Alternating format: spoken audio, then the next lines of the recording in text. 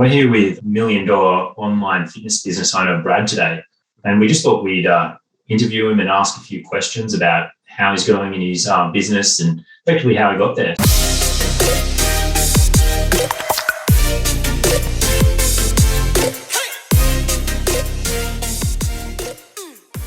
Yeah, so Brad, I thought I might start. How did you get into, owning an online fitness business? Where were you before you started? Well, I've been in the industry for closing in on 10 years now. So typical sort of PT, the commercial gym set up to start with.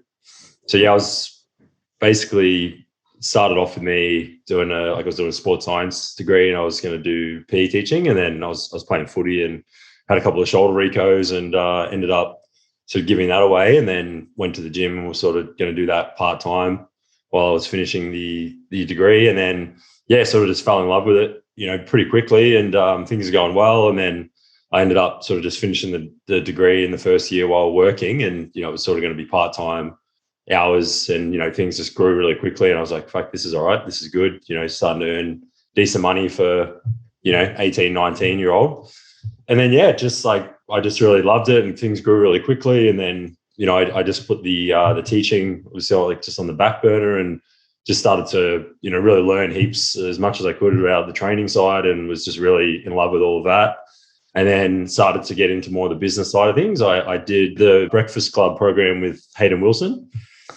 So that was the first, kind of higher type level coaching, program that I've done as far as business development. And that was awesome. Just getting around, good people with similar mindsets, started to open up, the possibilities of, where things can go and what other people are doing. And then, started to bring on other trainers in the gym, and things are going really well. Built that up. So over the last, 8 years, that's what I was doing. And I think probably, as far as, trainers with me and the people we're servicing, probably the top few in Australia in commercial gyms, and had some help from some other coaching programs, and Shane, who now does the stuff with you guys as well. So it's a small world. And then, COVID sort of hit, and it was like, fuck, I've been spending 8 years building this business up, and just obviously put the brakes on everything.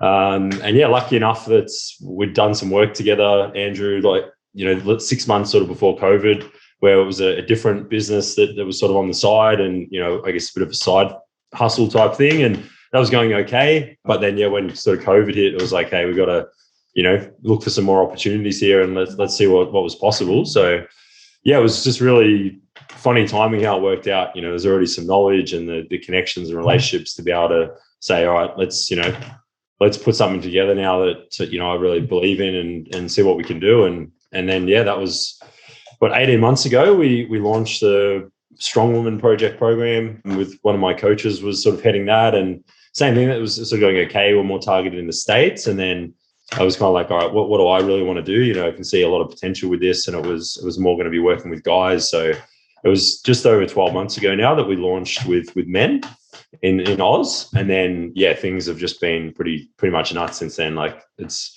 95% of the business now is online. I still work with some clients in person at the gym, and have a couple of trainers working with me at the gym there. But this is 95% of the business, and I'm loving it. It's been definitely a change up and some things to adapt to, but a lot of really new, exciting challenges that I've really enjoyed. It's been so enjoyable, we've been working together for some time, watching your journey and how you move forward. And one of the things that I just do naturally is I love assessing people and why people are successful. And for me, I just look at, you just listed off all these coaching programs that you've done, all these people that you've worked with. Do you put down a lot of your success to the fact that you've just been working with mentors effectively since you were since you were 19? Yeah, I think so, definitely. I mean, I was thinking about it the other day, just, it's funny how things kind of built up. I mean, I was just really obsessed with the training and nutrition side of things. And, that's all I would do. I just loved it. So I was just learning as much as I could about all that stuff. And then, slowly things started to slowly shift over to a little bit more of the, the business side of things. And, each program I've gone through, the ability to open up what's sort of possible, and, what I can do and break through some probably subconscious kind of limiting beliefs has come about. And just learning all the time. And it's funny. I mean, I wouldn't have if you ask me when I did the first coaching program, I was kind of in the mindset of, hey, I really like training people. I don't, I'm happy to be a business owner, but I'm doing that because I want to be able to train as many people as I can and do that. But, it's funny how things change and you get new challenges and then, different things sort of excite you. And that's sort of what I try to let lead me, what excites me at the time and what gives me, that sort of excitement is the thing that I try to pursue. And that's what I feel like sort of, I guess, passion sort of is to me as well. Brad, I've got a compliment to pay you because I've kind of made a similar observation to G. I mean, I haven't worked with you as long as G has, but when you started coming to me for some sales stuff, what I observed is that you really, I mean, it sounds like a negative word, but it's not. You were one of the more demanding people. You'd be like, I need this. And I was like, okay, I'll give you that. You'd go and do it. And then you'd be like, what's next? And I was like, okay, do this. And you'd be like, you do it. What's next? And I was like, all right. So, and the thing is, whenever I spoke to you, you either came back saying it worked or it didn't, but you were so hungry to gain the next piece of knowledge and implement it. And I know obviously these days, that's the way that you seem to run your business is whether you're speaking to G or somebody else, you seem to really take like information and soak it up like a sponge and then implement very, very quickly, which is great. Yeah. That's funny. I think that like the way I like to look at it is you've almost, I feel like you're very similar to myself in a lot of ways. I think you have quite an obsessive personality. You're very driven in one aspect or like multiple aspects, but when you want to know something, you get it done. And as AP said, it's like, when you want something, you're the sort of person who continuously keeps on asking for help and you keep on asking for help. And, every single, endeavor, you get there faster than other people. Now, I look at our program at Systems by Design, and you obviously have some people who are at the very top of the class, which obviously includes you, and you have some people who are slower starters. And it's like, the things that you do, that obsessive personality, the fact that you're constantly asking questions, the fact that you're determined, you're fearless in your approach, you're willing to spend money and invest money to make more money is a big part of, all those things make you successful. What else, AP? What were the other characteristics of? We have a list of like characteristics that make it funny.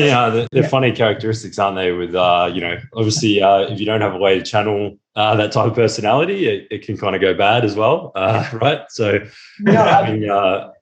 what I'd say, Brad, is you're not apologetic. So basically, you've paid for help. You're going to ask for that help, and when you get given the help, you're not necessarily going to take it blindly. You're going to question it to make sure that you understand, and then you go and implement. And I find that people that do tend to struggle, whether it's with us or anybody else, one of the things that happens is they join and it's almost like they feel guilty every time they've got a problem, which this is the thing about mentorship is like you're basically paying to get help, to get systems, to get advice, to get coaching. And when something doesn't work, that's exactly what coaching's for. And I've always found that, you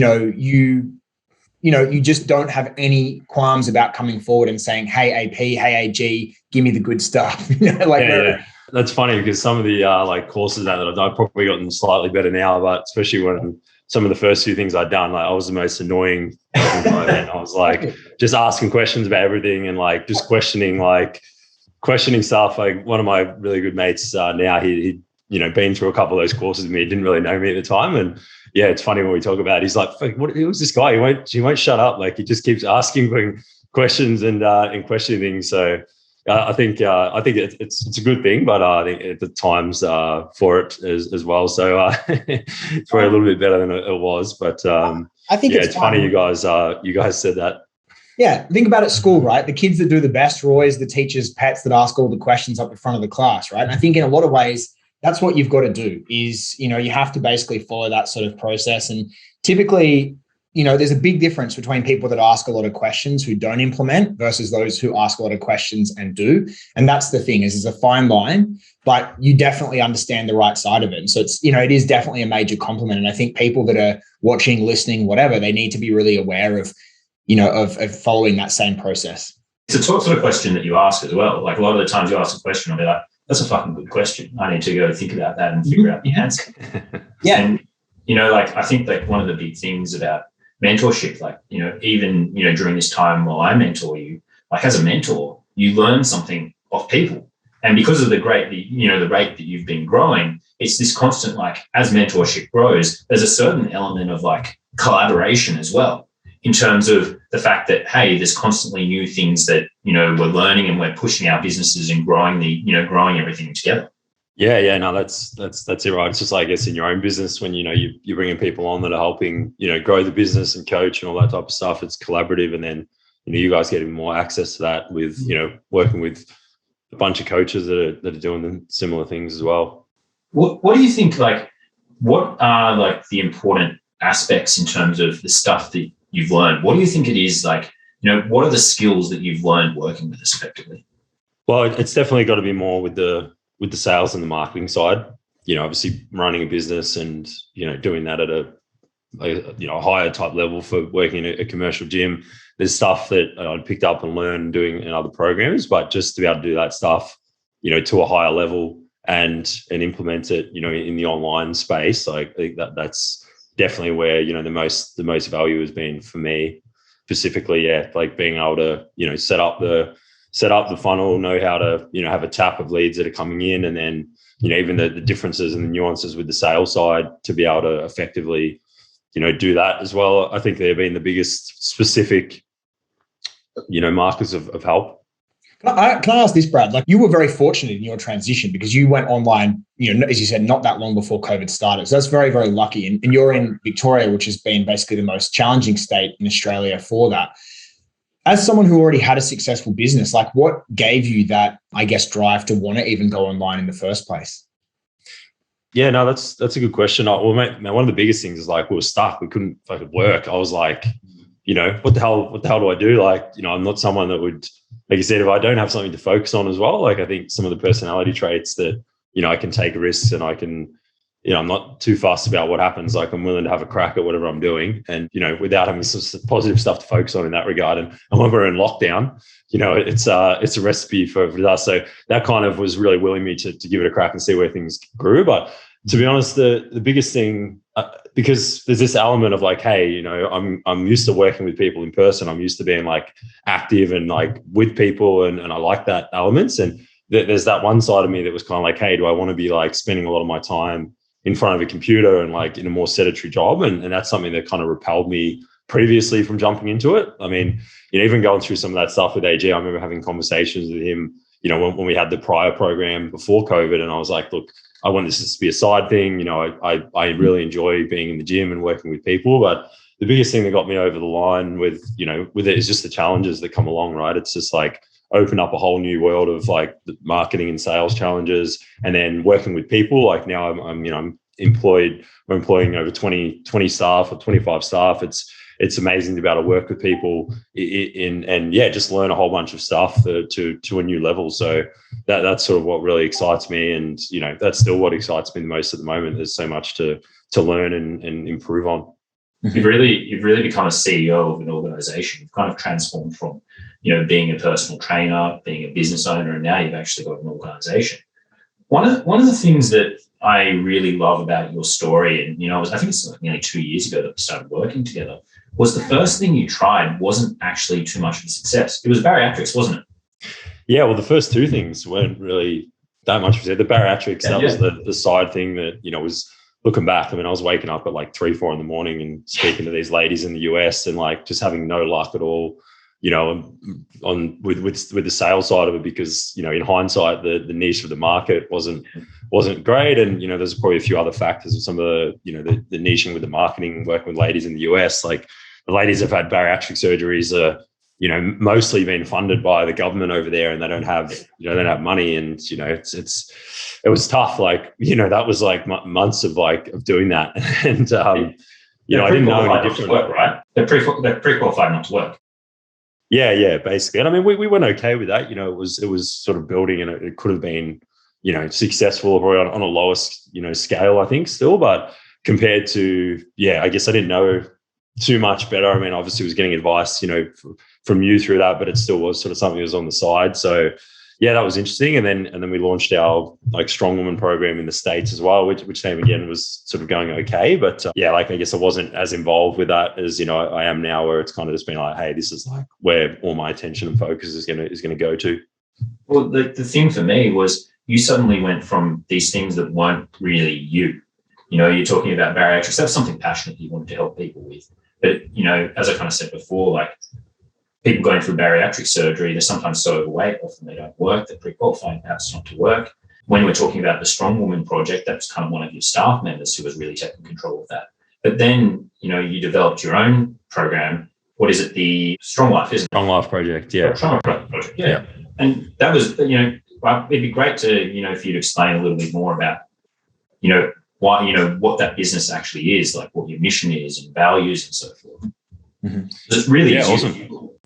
Yeah, well, that's right. I mean, it was sort of the transition from being like, hey, I just want to sort of, build something up and let someone else that has a real passion in that to be able to run that and, do the fulfillment side. And, I'll do the sales and the marketing and go back to working with people in person. And then that shift from, hey, this is something I'm really passionate about and, relating to guys in this space. So, yeah, look, I mean, there's a few things that as far as like our values and things go, I mean, some of it I think always needs to stem from your, core values as a person. For me, those things are, caring for people and relationships is like a really big one for me. And then, working hard work, I think that's something that's always a high value of mine and just having courage as well. So, it's something that obviously stems from the top, but, our coaches, the people that are involved in the business need to have that. And then the guys that come into the program, these values I think are really helpful for them too. And the real thing with the program, like it's our aim is to, have the best high ticket online program for guys in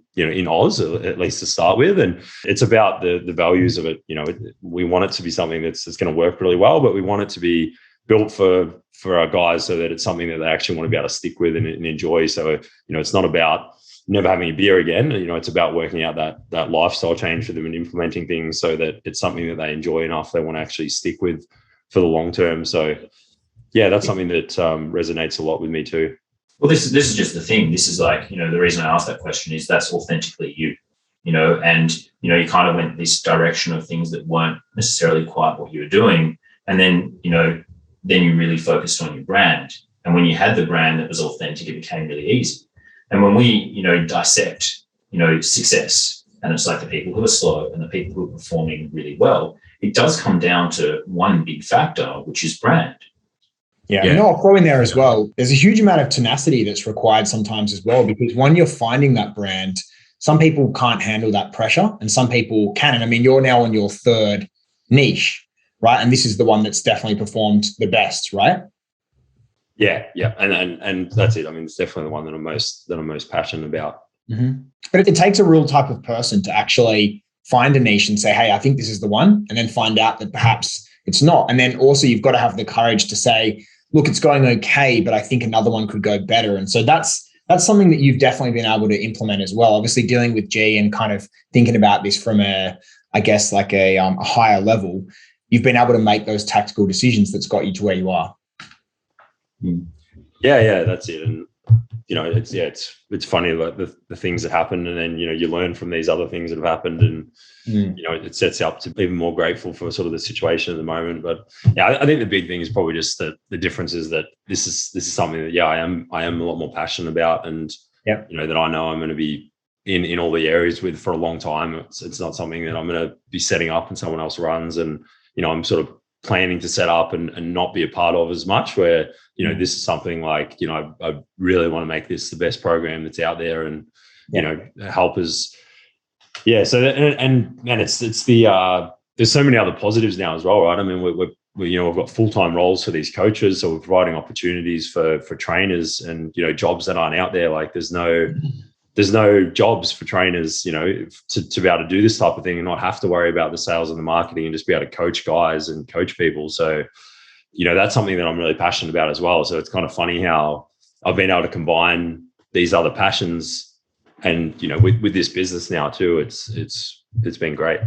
How are the numbers in the business at the moment? I mean, like how are things going? I mean, like roughly how many sales do you make a week, and what's your weekly or monthly revenue? How many staff do you have? I'm curious about some of those things. Yeah. Well, things have just been sort of consistently growing. Like we've gone through some like really heavy growth periods, and then we've tried to sort of capitalize on that, take some more profit, and then kind of go again. It's funny how the small changes when things get bigger can make really big differences. Yeah. But yeah, we're making 40. Average about 40 sales a week now. Our program's a 2K program. There's 2K and a 2.5K price point. So we did our best month last month. So we did over 200K of revenue last month. It's amazing, man. Yeah. So it's pretty crazy to really think about as well, how fast things have grown and how quick, things have come on. So you kind of blink, even for us. Like, I think we started probably 2 years before you did, and we've been working for 2 years, 4 years. And it's kind of like, it feels like just yesterday that I was filming videos for my 7-day challenge in my pajamas. Yeah. I mean, it's funny. I mean, things grow so quick, and especially with the lockdown, you haven't seen a lot of people, and it's interesting, right? I mean, the way that things work, like the way that the online business works with the ads and with the sales and everything, like, it's quite interesting as well. So it's not bragging when you're telling people things, but when I have a conversation, someone else is interested, and then hey, we're spending like 12K a week on Facebook ads, and like, what the fuck do you mean? Like, it's interesting how it all works. And even conversations with when we hit that 500K mark, 6 months ago, whatever it was as well, like my mum comes over and she's like, hey, like, what's this? And I'm like, oh yeah, like, this is what we've done. And, things like that. And she's just like, what the fuck do you mean? Like, what are you doing? And I was like, yeah, so stuff like that. It's, it's fun as well. It's funny, like, do you ever feel satisfied? Like, do you feel like, I'm interested, like, what drives someone, in your position to just keep on going? Do you feel satisfied with where you're currently at, or do you want to go and keep going again? Yeah, man, I think it's really important to, be happy with where you are and be grateful for the situation that you're in. And, it's challenging at times with where we're at right now. Like, we've got to, at this moment, we can't do a lot of the things that we enjoy, but it's always something that's important to me to try and be really grateful for, where I am in the situation, no matter what. So, but then there's always that, want to do more, want to improve, want to learn. And, that's the stuff that's kind of really driving me. And yeah, it's, I know that we're going into uncharted waters now with our program and, with what we're doing in Australia with guys. So that's exciting as well, that, that there's things that we can do now that no one else, is or can do. And that stuff's really great for me. I really enjoy that side of it. And yeah, there's just so many different aspects into the business that, get me excited, and then I know we want to improve on. And, that's really what sets it up for more growth as well. I mean, there's always the nice side of it from the financial, side when things are going and getting bigger. But I think there's even more joy for me around knowing that, hey, like, we can give even more opportunity to coaches. We can help even more guys. Like, those are the things that, get me sort of up and about and excited. Well, on that point, this is the sort of stuff I love getting into, because it's very much part of that sales conversation, right? But you've already achieved success. And so it's really important, as you said, to be satisfied in the moment, to make sure that you're not always living for tomorrow. But what is it that you are actually working towards? Like, what is it that's driving you for the next, be it 2, 3, 5, 10 years? What's on your goal list? Yeah, well, that's it, man. It's about making this program, the best we can. It's about, making improvements as we go. And for me to be able to grow as a person the best that I can. And that's the biggest, driver for me. I mentioned before about some of those values. That the one I really didn't mention that's right up there as well is just that personal growth. So, for me, it's always, I always try to make it about the person I am as much as I can, rather than, the things that I have. So that's the real driver for me. And, the result in that is going to be that our program, grows, it gets better. It's hopefully the best program that's out there, and gives the opportunity for, thousands and thousands of guys to change their lives and do better. And whether that takes the business, whether it grows to the moon, or, it grows a little bit more, and then, we're able to achieve those things. We'll just see where that, that takes us. But I'm sort of just trying to focus on the things that I'm excited on, and, the personal growth aspect of it more than anything else. Yeah. You've very much, one of the transitions that I've loved watching is you very much become a CEO, right? It started off like, you were doing everything. It's like, you're doing all the sales calls. You were, helping out and doing the coaching. You were, literally being, a VA messaging people. But, like, I want to know, like, what tasks do you do in your business at the moment, and what tasks have you actually closed doors on? Yeah. So I guess one of the good decisions we were able to make at the start was for me not to be doing any of the fulfillment side of things. So I help our coaches. So our two head coaches, like Tim and Adam, have done like an amazing job of setting things up with that sort of from the start and building our coaching team. So for those guys to be able to look after that department, and I'll have some input and collaboration with them, but that's been amazing because I know that I can trust these guys to build the team and to really look after that side of things. And this collaboration, there's input from me that's there, but I know that this side of things can be looked after, and there's a lot of time that goes into that. So that's something that I pretty much was out of right at the start, as far as actually in person coaching with those guys. And I've been doing it long enough that obviously I've had that experience and that's already there. And then the sales, so yeah, like obviously I was doing all the sales at the start. So now we've got a team. We've got two other guys that are full time, Jake and Francis, who are doing a really great job, and obviously been a massive part of the growth and seeing all of that. So I'm still doing quite a bit of sales. So it's something that looking to sort of decrease as I go. I mean, at the point in time now where we're in lockdown and stuff, it's I get some good enjoyment out of that and speaking to these guys and getting them started, and it gives me a bit more of an insight into some other stuff within the business and the marketing too. And then I'm running the ads and running the marketing side, which is it's not obviously it's not too time consuming, which is good, but it's probably one of those things that it's really hard to outsource. Like we've had attempts of outsourcing that to other companies and businesses, but when you're, like, as Andrew, when you're on it and your market and you've got abilities to make adjustments more daily as needed, it's just kind of really hard to compete with that. So yeah, for me now it's like I'm doing more sales, and I'll probably end up doing as we kind of come out of lockdown. I'm running the advertising department and the marketing, which isn't too time consuming. It's a few hours a week, and then just managing the team. So I've got a question about sort of some of your current struggles, right? So when 5 years ago, 6 years ago, I'm a PT, I'm listening to podcasts or sessions just like this. I'm thinking, I wonder what Brad's life is like. You know what I mean? It must all be perfect. Now, obviously we know that that's not true. You grow, and become more successful. You find that there's always challenges. So I'm really curious, like, what is the biggest challenge in your business that you're currently dealing with at this very moment? It's probably within the sales side with me, still doing a majority of that, and the business is still reliant on that. So, which isn't a problem right now, but I know that we want to and need to get to a position where it's not as reliant on me from that side of the business. So that's probably the biggest one kind of right now. Helping the team to improve in that department and sort of being less reliant on me in the sales side. But yeah, there's a lot of other challenges that come up through the way with, beliefs around things. And, I think trainers are generally quite people pleasing, don't like to sort of let people down. So, being able to overcome some of those things and, be able to have difficult conversations with people and, make the decisions that are right for the business going forwards as well is probably where some other challenges, lie, and things for me to continue to overcome. I mean, so challenges come up every single day. And that's why I love being CEO. That gets me off. It's like, Facebook yesterday just decided to crash on us, right?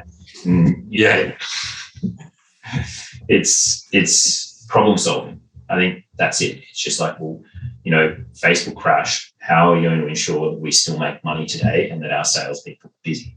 And I think that's one of the things, like, a lot of people will get really stressed about these sort of things. Oh, Facebook's went down, we're fucked, screwed, like, what are we going to do?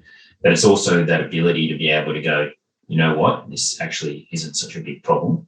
And, I suppose for me, the thing that, I feel really good about, and one of the reasons I don't get stressed, is because I just have a lot of confidence that, hey, that doesn't matter. We can always fix it the next day and we can always improve. On that, G, I mean, I observed so many people getting started who they get so stressed out by problems because they don't really know how to really isolate the problem and identify it and solve it. You said problem solving, but a skill that you have, and Brad, I know you have as well, is it's actually being able to identify the right problem. And then once you do that, you can kind of get rid of the noise surrounding that and really zero in on that problem and find the solution. It's that whole dashboarding thing. When someone's funnel isn't working, you don't want to just be sort of like, well, I'm not getting leads, I'm screwed. It's like you want to know where exactly in the funnel the problem lies, and then you can start working on the solution. So I think that's the other real skill that people need to have, is they can minimize the problems by actually kind of narrowing them down?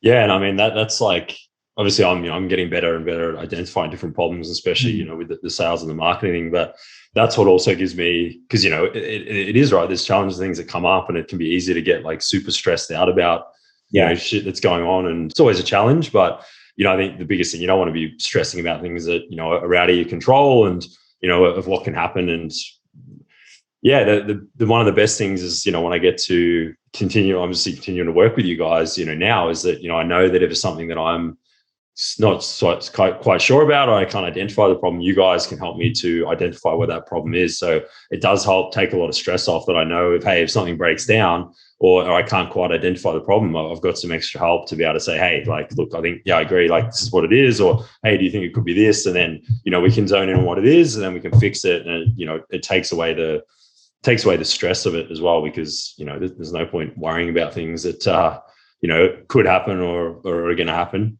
So identifying the biggest lever of leverage. And sometimes, you can't actually visualize what that is.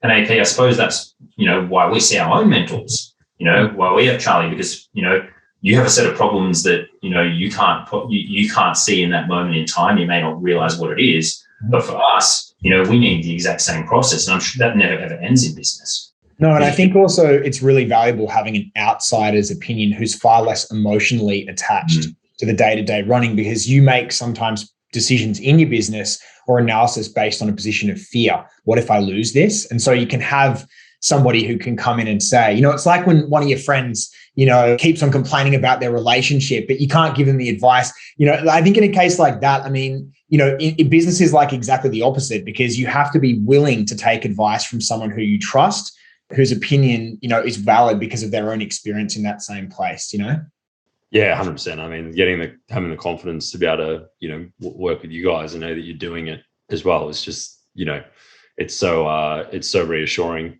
and I mean, even now, like, it's reassuring now, and like, getting started and going through all of that, it's silly not to have that, that help when it's there. Like, I mean, if you guys you're doing it, you've done it. It just makes things like so much easier. Yeah. I mean, I think like there's a lot of things that we could delve into, but I think for a first time having you on, Brad, it's been great. And I would definitely like to have you on sometime further down the line to kind of get a bit of an update on what you've been able to achieve in the upcoming months. Yeah, no, thanks for having me, guys. I appreciate it. Good chat. And I'd be keen to jump on with you guys again soon. A bit of an update, and we can talk about some other stuff. And hopefully hopefully the situation in the world and the country is slightly different as well. Yeah. Well, man, I mean, for anyone watching, I hope they've been really inspired, kind of just listening to the way that you've kind of achieved things in a short period of time and the way that you approach business and life. And you can tell just from some of the questions and the way that you've answered them, your mindset is very, very dialed in. It's so important. You've got the determination, the intelligence, the tenacity, the drive. It's all there. And so that's kind of, it all does kind of start up here if you're going to be successful. And then you kind of have that foundation to go from there. No, thanks, man. Appreciate that. Thanks, Brad. Catch you later. Thanks, guys. Cool.